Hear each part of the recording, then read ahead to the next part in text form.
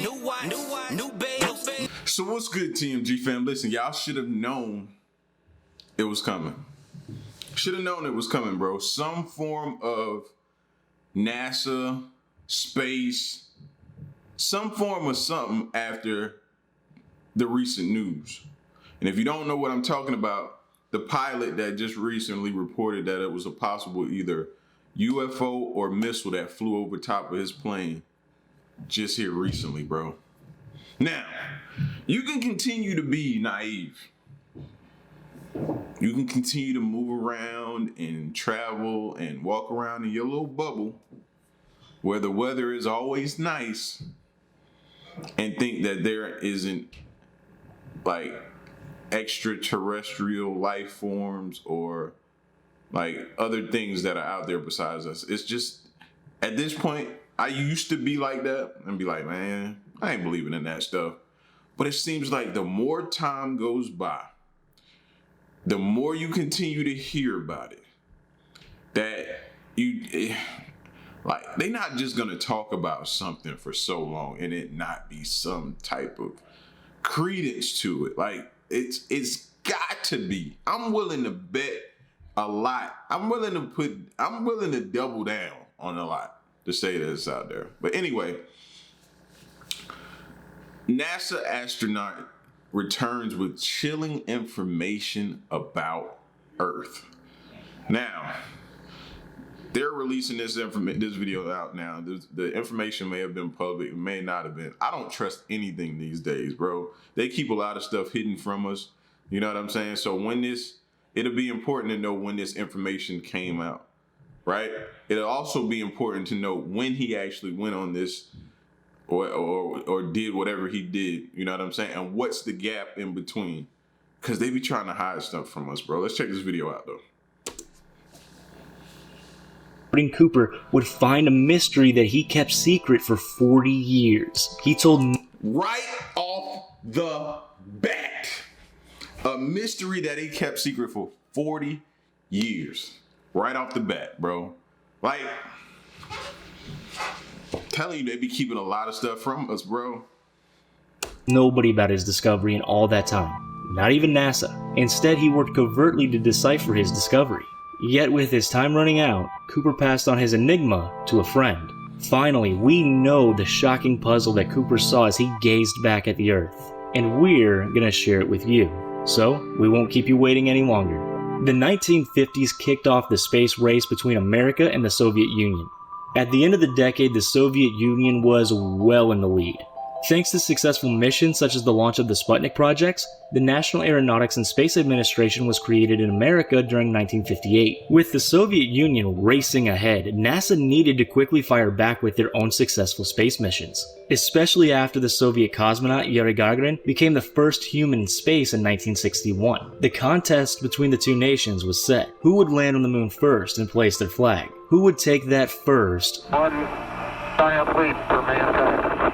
After a number of NASA successes, it led to the fateful mission for astronaut Gordon Cooper. Leroy Gordon Gordo Cooper Jr. was born in Shawnee, Oklahoma in 1927. Cooper was taught how to fly planes from a young age. Due to the Air Force not accepting new applicants at the time, Cooper enlisted in the Marines instead. However, Cooper would eventually find himself in the US Air Force. During this time, Cooper would also get a degree in aerospace engineering. This led him to becoming a test pilot for the force. And due to these accomplishments, it didn't take long for the recently formed NASA to take note of Cooper. As such, they handpicked him to take part in a selection process in 1959, and he went to Washington at their request. Cooper and the other 109 applicants found themselves going through the rigors of astronaut training. And finally... And we can't breeze past by that too, bro. That kind of makes me a little bit leery too. Like, when you're handpicked for something, we always think... when you're handpicked for something, oh, it's because you were the greatest at this, you were the best at this. You know what I'm saying? You ranked in the highest percentile.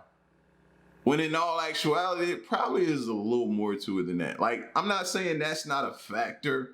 It probably really is a factor, but I think a little bit more deep than that. I'm like, maybe they looked at him because maybe he don't have too many family members. You know what I'm saying? Maybe he lives alone. Maybe he's somebody that if he goes missing, a lot of people won't make a fuss as to where is his, his whereabouts. Ever thought about that? See, like, you gotta start thinking beyond the surface when you dealing with this type of stuff. The grueling astronaut training and examinations paid off. 7 men, including Cooper, were selected for this secret NASA mission. The mission would be known as the Mercury Project. The public were told that the purpose of this mission had 2 reasons. Firstly, to send a man into orbit and return back to Earth safely, and secondly, to see the effects of space on the human body. However, for Cooper in the Mercury Atlas 9 mission, he would have an additional objective, one that led to a big discovery. In 1963, Mercury Atlas 9 was prepping to launch. Leading up to the blastoff, Cooper had named his shuttle Faith 7. Apparently, the NASA higher-ups weren't too keen on the name. They were already imagining the newspaper headlines if the mission were to fail. On top of this, they weren't too keen on Cooper. His relaxed demeanor concerned his NASA bosses. However, fellow space trendsetters stuck up for the crewmate. The Faith 7 shuttle was small and could only fit 1 man under 5'11" within its metallic shell. Luckily, Cooper fit this requirement. For this mission, NASA was going to send 1 man into space for an extended period of time. Cooper was instructed to observe any effects zero gravity would have on the human body. Then, after a period of time, he would return to Earth safely. And keep in mind, the public are only aware of these 2 tasks at the time. A lot of the mission objectives were classified, and it seems Cooper was instructed to do another task up in the dark void of space. He was told to take a lot of photos of Earth. He took over 5,000 pictures. But it wasn't just to shoot some pretty pictures. There was another objective involved in taking all of these space snaps. In particular, it centered around the Soviet Union juggernaut. Remember, during this time, the Cold War was underway between the USA and the Soviet Union. A lot of distrust between the 2 nations festered. Up on the ship, Cooper's camera had an extra feature when compared to the average camera. So, let me get this straight. He thinking I'm going up here to discover some stuff, get a glimpse. And they got a whole different plan. See, that's the thing I'm talking about, bro. You got to look beyond the surface. They're using you for a specific reason. You have a specific set of skills for that reason. So that's why they ultimately chose you. Like, don't trust, like, if this don't teach you about your trust in government, NASA, whatever. Okay. It was able to register the magnetic field around the Earth. In particular, it could register magnetic aberrations across the Earth's surface. This allowed Cooper to search for hidden Soviet nuclear bases and submarines, which is something that frightened the US government. Cooper would then mark on a map where these potential locations were off the United States coasts. This was invaluable information for the US defense at the time. As Cooper was searching for these destructive areas, he found something else. Something that didn't make sense. He saw these magnetic anomalies through the camera. However, they weren't the correct size or shape to be nuclear holding facilities. Many were in the shallow waters around the Caribbean, which would rule out both nuclear bases and submarines. This riddle grabbed hold of the space adventurer. He had to find out what these bizarre marks were. Cooper charted on another map all of the anomaly locations. Near the end of the mission, disaster struck. The Faith 7 was hit by many technical issues. The automatic gyroscope and control system no longer had any power. The shuttles were designed to automatically take care of entry back into Earth's orbit. Previously, Air Force legend Chuck Yeager described the Mercury astronauts as, quote, spam in a can, end quote. This was due to the fully automatic control in the shuttles. Back on the Faith 7, Cooper had more big problems. On top of the automatic system failing, the temperature in the shuttle and carbon dioxide levels were both rising rapidly. Cooper wasn't left with any choices. He knew he had to fly the shuttle manually back to Earth. He drew lines on the windows of the shuttle in order to use the star constellations as a guide for his location. Years of learning to fly were absolutely paying off in his time of need. He used his wristwatch to time himself. He also stared out the window to watch his altitude. Amazingly, Cooper was able to land the shuttle exactly where it was meant to go. It splashed down right next to the aircraft carrier that was in the ocean to collect the heroic astronaut. He suffered no bad injuries from this miraculous landing. Altogether, the Mercury Atlas 9 mission kept Cooper amongst the stars. Again, they knew who they were choosing, bro. Like, that dude is good. That, like, drawing marks on the windows, lining up with the stars, using his watch. Like, Yeah, the best of the best of the best of the best. Stars for a little over 34 hours. This would set a record for the longest time someone had been in space. During his time in orbit, Cooper had completed 22 revolutions around the Earth. Cooper was also in the last single-manned space mission. Later on, Cooper would go on to record many outstanding achievements in humanity's venture to the stars. Yet even with all that success, those anomalies played on Cooper's mind. And for reasons unknown, he never told NASA or any other agencies about his bizarre findings. Instead, he had to find out what they were himself. He kept his odd discovery to himself for 40 years. So Cooper set off on a self-provided mission. During his spare time, he would research and try to figure out what the points of interest are. However, due to his NASA commitments until 1970 and other interests, Cooper struggled to find any free time. Yet he still managed to put pieces of the galactic puzzle together. As he investigated, he realized that many of these oddities were scattered through old Spanish ship trade routes. This sparked an idea within Cooper's mind. He wondered if these blips could be related to shipwrecks. So he dug further into the research rabbit hole. He looked up known ships that had sunk in those areas. From what he found, the research seemed to suggest that he was right. He even found out what items certain ships were carrying before they fell to the ocean floor. But eventually, time and life caught up with Cooper. Cooper would later be diagnosed with Parkinson's. This disease progressively affects the nervous system. Over time, the sufferer will experience muscle tremors and have difficulty moving. Legendary boxer Muhammad Ali was another well-known figure to suffer with this debilitating disease. Due to the illness, Cooper was unable to continue his beloved research. In 2004, he made the difficult decision to pass on this task to a close friend. That person was Daryl Miklos. Cooper handed over every piece of paper and all of the notes that he had gathered over the years. He asked Miklos to figure out this conundrum that had been hounding him for 40 years. Miklos promised his dear friend that he would. The following day, with the mission of delegation complete, Cooper passed away peacefully. Cooper originally met Daryl Miklos on the TV talk show, The Merv Griffin Show. Cooper was a guest on the program alongside Daryl's father, Roger Miklos. Roger was a treasure hunter that made some major discoveries over the years, some worth hundreds of millions of dollars. However, he was also accused of bribing officials for permits. Almost as if there's a theme here, during the Merv Griffin Show, Roger would introduce his son to Cooper. Daryl was awestruck to meet the astronaut in the flesh.